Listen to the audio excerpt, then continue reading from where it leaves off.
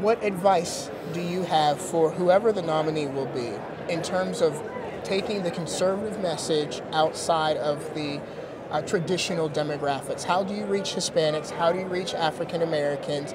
And how do you do it in a way that doesn't change that message? Well, one of the most amazing things about 2014 was the level of breakthrough we were getting. Governor John Kasich got 26% of the African American vote and was endorsed by the largest black newspaper in Ohio.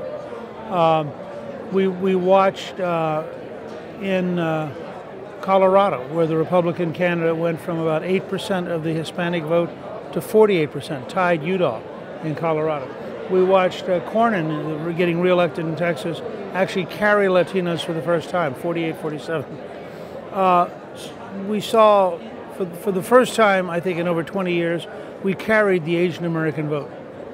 So I looked around, and this is part of why it got to be such an amazing year. Jack Kemp had exactly the right principle. People have to know that you care before they care that you know.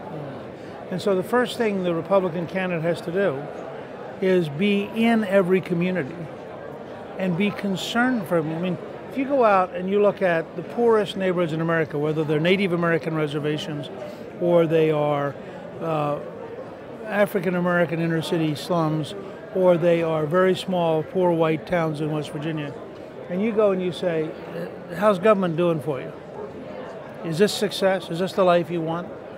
Or can we talk together about a better future? I think you can create a conversation that the left can't cope with.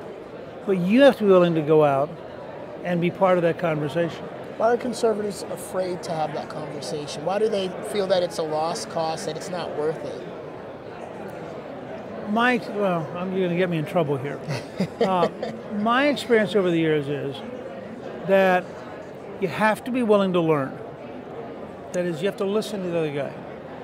You have to be willing to take the time, and it's very time consuming.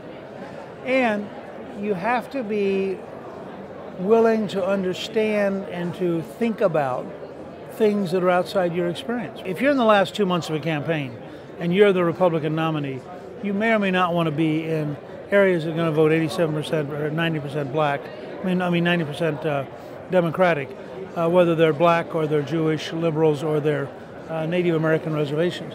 Because every 10 votes you turn out, 9 are your opponent. Mm-hmm. But if you're trying to govern, the week after the election, you ought to be in precisely those neighborhoods, because now you're talking as mutual citizens.